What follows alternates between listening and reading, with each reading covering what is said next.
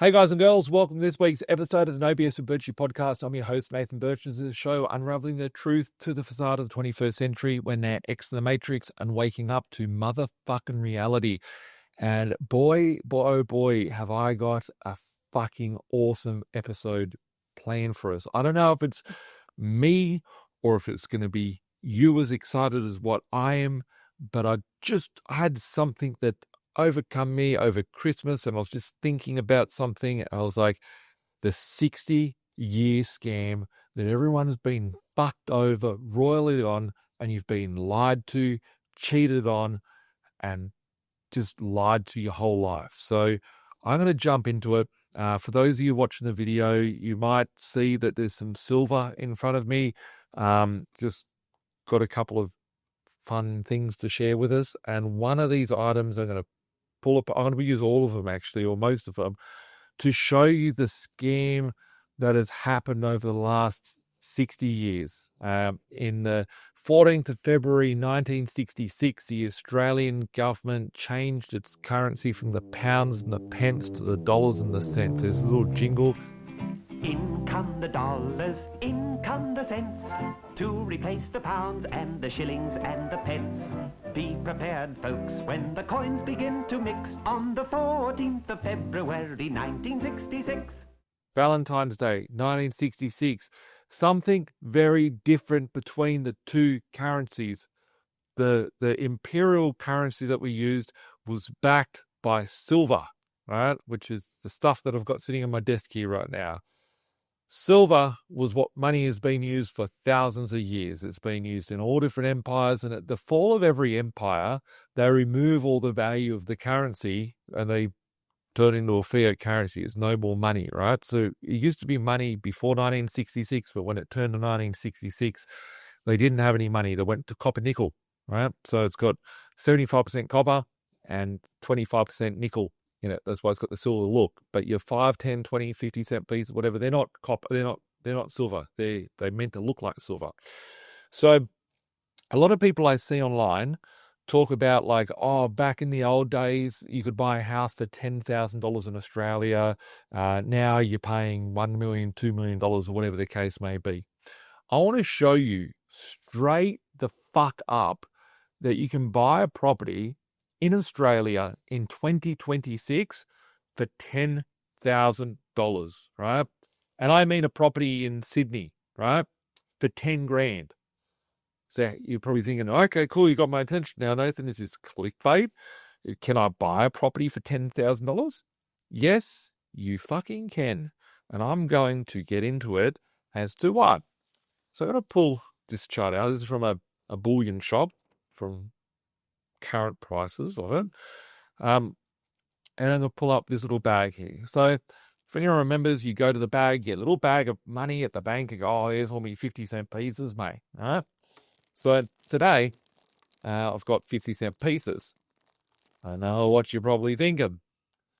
That's not a 50-cent piece. That's a 20-cent piece, Birchy. You're a dickhead. It's the wrong coin. And I'm here to say, well, I'm not a dickhead. This is a 50-cent piece. Because if you look at it, it's a 50-cent piece. And this 50-cent piece was put out in 1966. It was the only year that had a 50-cent piece that was round without the tetrahedron outside to it. And they did that to separate. They go, oh, we're going to separate it so it doesn't look like a 20-cent piece because people get confused. Okay, so 1966, you had a 20-cent piece, you had a 50-cent piece. The 50-cent piece was round and looked like a 20-cent piece. But that was for design because it was like, hey, there was still silver in the coin, right?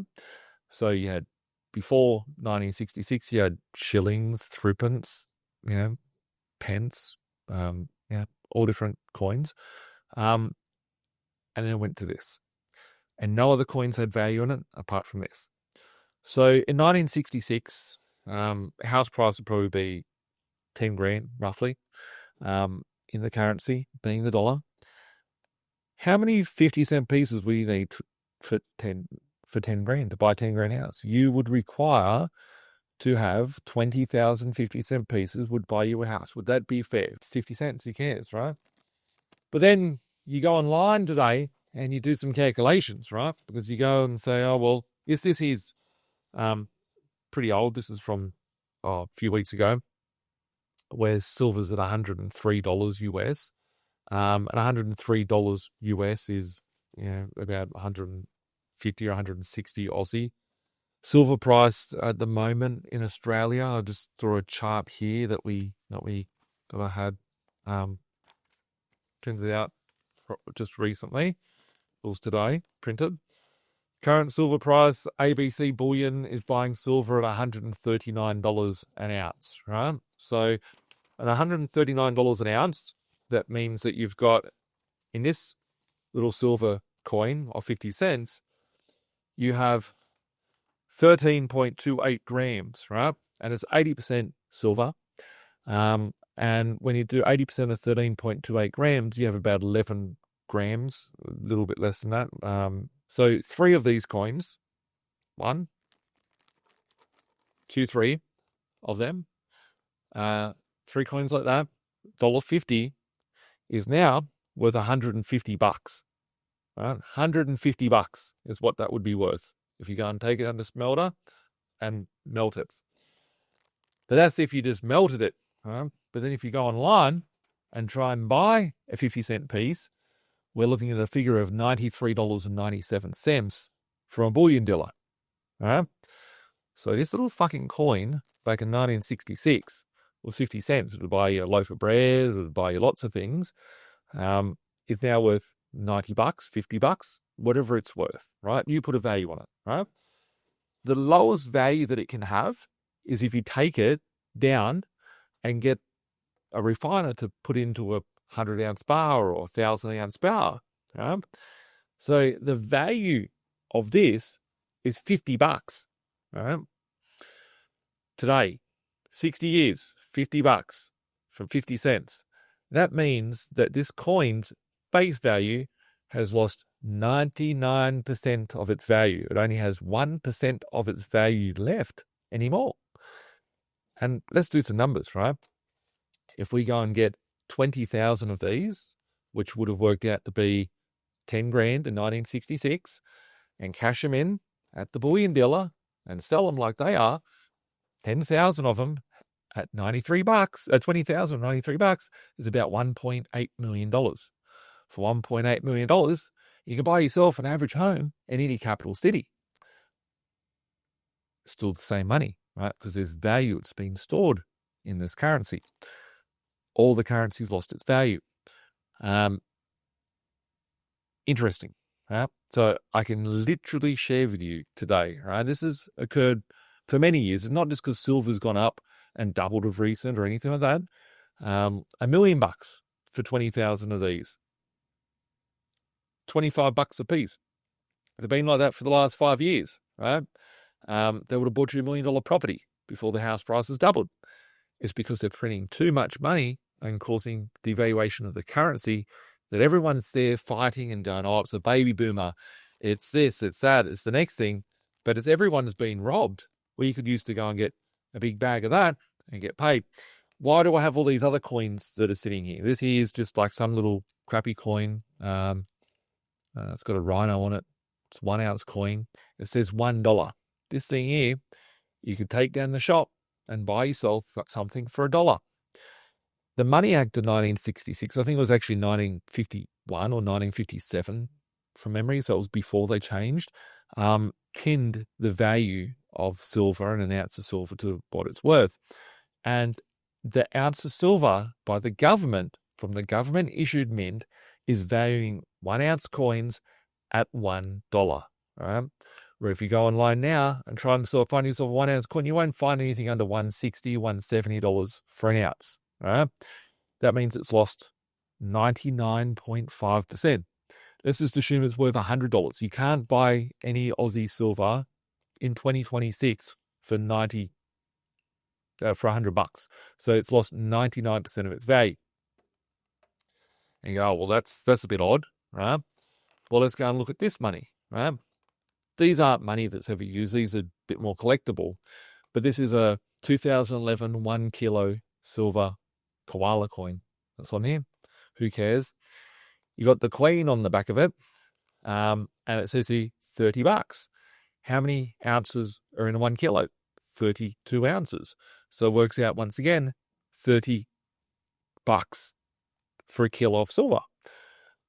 Go online and try and find a kilo of silver. These things are selling for, I don't know, $5,000, $5.5 grand, $6,000, depending when you look at it. So the value of the currency has been debased for the last 60 years. Remembering, if you had real money, not digital illusions of wealth, you could take 20,000 of these little fuckers. If someone had 20,000 of these, it'd be worth $2 million. This is a little bag that someone's handed over for a display of this video. But if you had 20,000 50-cent pieces from 1966, you'd have $2 million sitting here on the table. You could go buy an average family home. So nothing has changed on that front. And when I talk about the fact of what I've spoken about the last couple of weeks worth of podcast, hyperinflation, devaluation of our currency, you can see over the years, like this is silver, this is only a 10-year chart. It's hard to get a chart for longer than that, but it's been lowered, it's gone up and all that. But now we're at a point where it's hockey stick territory. And what I mean by that, the prices has gone up, compounding where everything else gets pushed away. When I overlay that, if I was to pull out charts from the Iranian rial, that's similar looking, right? In inversion, because it's the devaluation of the currency versus the increase of the metal, right? So we have real devaluations here. And when we have a look at that, what does that overlook to see? This here is the M3 board-based money supply in the country. So if we look here back in 1965, and this is the most alarming. Like this chart, when you overlay this with the information that I've just said with the 66 50-cent pieces, you will see that in 1965, because this only started back in 1965, right? Surprise, surprise, when they changed our currency, right? This was flat at that period, right? We didn't have $400 billion in circulation until the year 2000. There was not $400 billion worth of money printed until the year 2000. It took 40 years for us to get to that level, right, of 400 billion. And here we are in 20 years and we're up 3 billion, right? You can see that chart is an inversion of that chart, right? This has gone up in value because they've printed too much of this. That's government-issued money.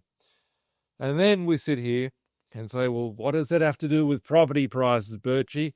You always sound like you're off your head, talking another language. And this is very complex shit for me to share with you, right? I'm trying to make it as simple and as easy to digest as possible, right? This chart here, if you're watching this on the podcast and if you're listening to this while you're driving to work, you might want to listen to it again. I hope this is a reference point in history where everyone goes, shit, the hyperinflation is happening and we're at the final stages of our currency before it collapses, right? And that's why we're seeing interest rates go where it is with volatility. This here is not the silver price chart that I'm holding up, even though it looks like the silver price chart, right? That is the Australian house prices, right? That is the Australian house prices. For the years from 1880, houses did fuck all, right? I'm sorry for my swearing, right? I'm sorry. I hope that little grandma's not listening, right? Or the kids are not in the car, right? It has to be spelled out. From 1880 to 1950, the house price was flat, right? It wasn't even over 20, right? And then in 1960, they changed our currency and we started seeing a slight increase, right?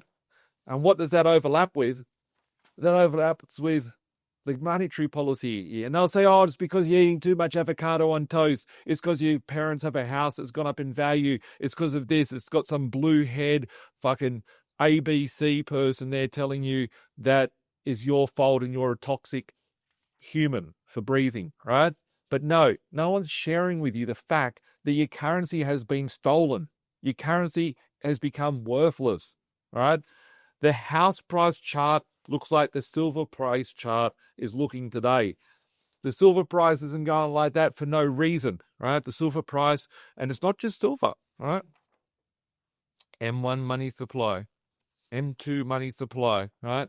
It's the gold prices, everything, right? Pull out a chart for anything, and it's this inflation. You can see the property did nothing for 60 years. House prices in Australia didn't go up for 60 years. And then suddenly they started going up a little bit. And it went up to the 1970s. And then they debased our currency from the Bretton Woods system and took us to the petrodollar, which is why we're seeing civil unrest around the world, right? Getting a bit passionate here, folks. But then when we look at it, they just keep destroying this. And each leg up is becoming straighter. This last leg is basically vertical.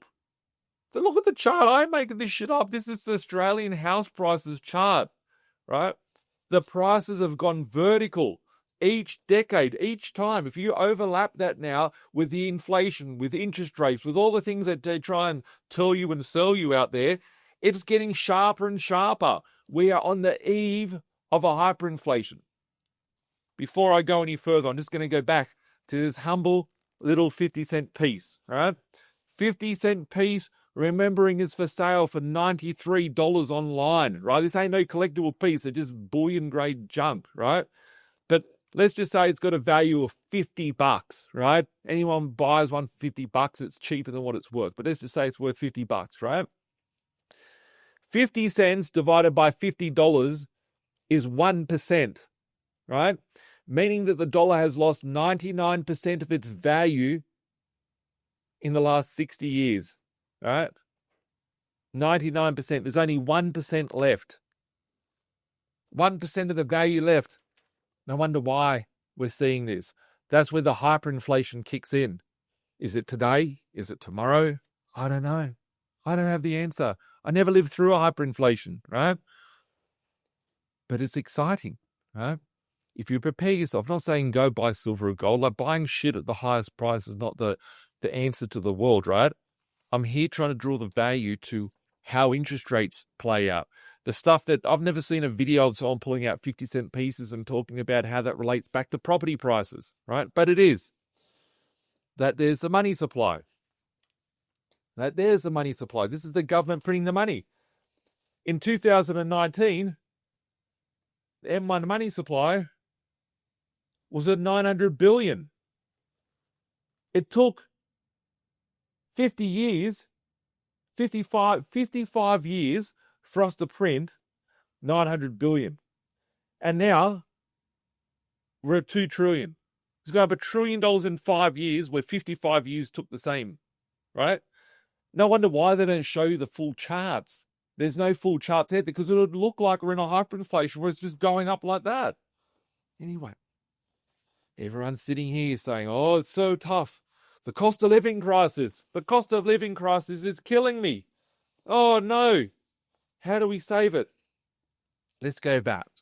I turned 40 last year, right? I was born in 1985. So I just sat there and I typed into Google, just Google, you can Google it, average wage 1985 Australia. Play it on replay and hear it 10 times over because it's fucking the most exciting and interesting thing. I've been yelling this out for a decade, right? And at the start, I sounded like I was a crazy person. Now it's like, wow, okay, cool. You're just saying what the news is saying, right? In 1985, Australia, the average weekly earnings for a full-time workers for Australia was $357 for females and $397 for males, or higher depending on the exact month, with annual figures closer to $18,000 to $20,000, showing significant variations by gender and sector. Remember, in 1985, it was like 80% of workers were male, right? 20% was female. Why? Because you didn't need 2 people in the household to have to go out and work to pay for the house. So the mother could go home and look at the kids. I won't go into why they created a childcare rebate system, but anyway. The average weekly pay was $397, right? How could you live on that? Petrol cost me that. Okay, who cares, right? You always hear these old people talking about things. Oh, back in the old days, I used to only get paid this. Who cares, right? I'm going to pull something different. I've got here silver. I don't have any gold to show you, but I'm going to read this out. I went to Google again. I typed in gold price, Australia, 1985. In 1985, the gold price was trading around $300 to $327 per ounce, with West Australian miners facing pressure as prices hovered near these levels. The average closing price of the year was approximately $317 per ounce. For gold, $397 per week, right? You could go to the shop and buy yourself an ounce of gold for $317 per week.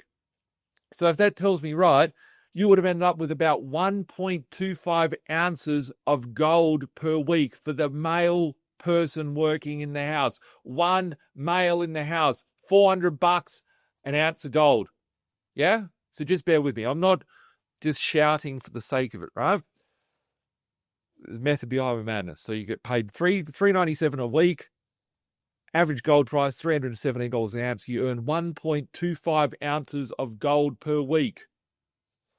So then we go to the bullion dealer and we look up, what's it cost to buy an ounce of gold? Current spot price, just before hopping on this podcast, $7,363 an ounce, right? So if I run some numbers on that, the editor might correct me on the screen later on because I don't have a calculator here. If you add $7,363 times it by 1.25, you're looking at about $9,050, roughly, if I had to guess off the top of my head. So that would mean that in 1985, you're getting paid 1.25 ounces of gold per week, which would today convert to $9,500 per week for one person working. So if you times that by 52, you're probably looking at $500,000 a year salary, right? And everyone's sitting here going, fuck me. $500,000, I wouldn't have to have the wife at work. I wouldn't have to be doing certain things, right? $500,000, life would be pretty good. You could afford to buy your $1.5 million, $2 million house. You could afford all the shit that's going on in your life if you earned 1.25 ounces of gold in 2026. But you don't. The average wage is like 75 grand a year, whatever it works out to be. That means you're getting 10 ounces of gold a year. You're not even getting an ounce of gold a month, right? And that's because you've been robbed. It's a scam, right? Anyway, right? So when you sit there and think, oh, my house has gone up or whatever the case may be, it hasn't. It just means your house has lost, your money has lost its value. People are out going work and I'm going to earn some money, whatever. The real assets are the things that get inflated away. Your 50-cent piece has been inflated away to $50, $80, $90 for a 50-cent piece. The one you go and get from the ATM, though, good luck with that. It's still worth 50 cents because it's a chunk of shit. It doesn't have any value in it. The value's been stripped. You've been robbed. You've been lied to. You've never questioned it. No one's ever pointed it out to you, right? I've got other things here to share, but I'm going to wrap it up at that because I'm pretty excited by this, right? Because the reality of it is, it's the first time in 10 years I've been trying to share with you guys the hyperinflation, devaluation of currency, the money that's been robbed. You've been robbed. Your house isn't any better. Your same house, your 3-bedroom red brick house from 1960 is still a 3-bedroom red brick house in 2026, unless you've rented it, renovated it, or whatever. It's still the same fucking house, right? And it's still worth $10,000 if you had real money. But instead, we've got debt. People are out there. You go to a shop. I walk through the shops, most depressing place in the world. But anyway, you see where you can get good quality food, and you ain't paying $4 or $2 for a loaf of bread. You're paying $15 for a loaf of bread or sourdough or something without all the chemicals in it that's been cheaply manufactured, right? But you go to a shop and they all have on there Afterpay, pay in full, whatever it is. I don't even know what these things are, right? Zip, all of them, right? People are buying a pair of fucking shorts for $20 on Afterpay. It's debt. The world's full of debt. Your house is worth one house. That's what it is. Your house is worth a house, right? You choose to sell your time. You choose to sell your energy. You choose to sell your manpower for whatever you're selling it for. The dollars, you choose to trade in dollars because we've been forced to trade in dollars. You don't have a concept. You might have a concept of how this sort of stuff works, but 99% of the other population don't have a concept of how this works, right? I'm not saying go out and buy gold and silver. I'm not saying to do any of that. I'm just using it as a line in the sand because I can't make a podcast and bring the fucking house in with me and sit it on the table. It's the only thing I can get from back then. I can bring a Datsun 1600 in here. Oh, what's a Datsun 1600 worth in 1970? Bloody $2,000? Yeah. We'll go and find a Datsun 1600 in good condition today, right? The cars that have before have gone up. It's not just, there's a collectability tool, but the value of it. You're telling me that your iPhone's worth more than a brand new car? Come on. You're kidding me, right? Anyway. 60-year scam. Yeah, interest rates are going up. Currencies are crashing. We've got China banning this stuff leaving China, right? We've got them buying it from all around the world. We've got Venezuela, right? Getting overtaken. You watch the news, buy into the story, whatever the case may be, right? But when you look at where the critical minerals are, right, where this stuff's stored in the ground, right, I don't know what 20,000 of these would look like. The table wouldn't hold up. It wouldn't be that much. Maybe 60. It'll be like the weight of yourself in 60 kilos, 70 kilos. I don't even know. 600 ounces. No, maybe 20 kilos. Yeah. The money's being robbed. You've been robbed. Your money's being robbed. You've been told a lie. You've been told a lie since the day you've been born. Start questioning it and understand when you start seeing things like, I'm just going to rehash in a few of it, right? The average wage of 1.25 ounces of the gold. When you start looking at the money printing that's occurred, right? Literally, it took, the country's been around 230 years approximately now. Australia's been here as 230 years roughly is what white man talks about, right? 1901 will federate it. It's 125 years since federation of Australia, right? It took hundreds of years for us to get in 2019 to $900 billion worth of M1 money out there. And here in 2025, we've got $2 trillion worth of M1. 1 trillion. What it took 200 fucking years for us to get of currency just happened in 5. That's why prices have gone up. That's why prices have gone up. That is your house price chart. Without the manipulation of your currency, your house is worth shit. Diddly squat, it's worth 50 cents again, right? But they've manipulated it. That chart looks like the silver chart. That's the house price. That's the silver chart. There we go, folks. I want to leave it at that, right? Don't go and run out and buy a fucking 50-cent piece for $80, $90, whatever they're worth. Just think about it and think, okay, could you get a loan to buy that? Does any of this bring you money each week, as in cash flow? No, it doesn't. That's why I like property, because I can get the debt, I can pay it off with a worthless, devalued currency, and the asset gets inflated away, and the rent gets inflated away. Think about it. If you were paying $10,000 for a house back in 1966, the rent on that house now would probably be about $1,000 a week, right? $1,000 a week is 50 grand a year. You're getting paid if 60 years passed, right? You're 20 years old. Your fucking grandchildren, when you're 70, right? If you were then and made that decision back then, your grandchildren will be getting 5 times what you paid for it every year in cash flow. And if you had a debt for the whole amount, you're paying it off within a month's worth of rent today. The debt is worthless. Everyone worries about debt. Everyone worries about, understand this game is rigged. That's how you make money. That's why I sit here and say, hey, I've got hundreds of properties. I want to buy 100 properties this year. I'm going to buy 1,000 properties. I'm going to have 10,000 properties, because I understand this money's all fake. The money never existed, right? Don't worry about the value of the currency. Don't worry about the value of the money, because it's fake. And they're just going to keep printing it. And they're showing their hand. And that is why we go back to the first video from 3 weeks ago, that we're seeing the RBA trying to push the interest rates up. Oh, maybe someone with a 250 grand mortgage would get scared and decide not to spend as much, so we can try and make their life difficult by charging them an extra $12 a week. Anyway, if you want help building out a financial strategy, I'm not a financial advisor. I can put you in contact with one. Most of them are broke. But if you want to speak to people that are out there investing themselves, building wealth, buying 1 property a year, 5 properties a year, 10 properties a year, 20 properties a year, our team here are property investors. We're doing this. We're accumulating assets. I don't know who else is showing you 50 set pieces and this sort of information. When you take that data and philosophy and put it into property, that's what we do every day. And that's why you see these stories of people buying properties for 200 grand in 2026, and they've got 20 properties in 5 years and all those sorts of stories. If you want help on your strategy, you know where to find us. Hit us up, 1300 367 925, admin at B.Invested.com.au. If you have any questions, reach out, drop a comment.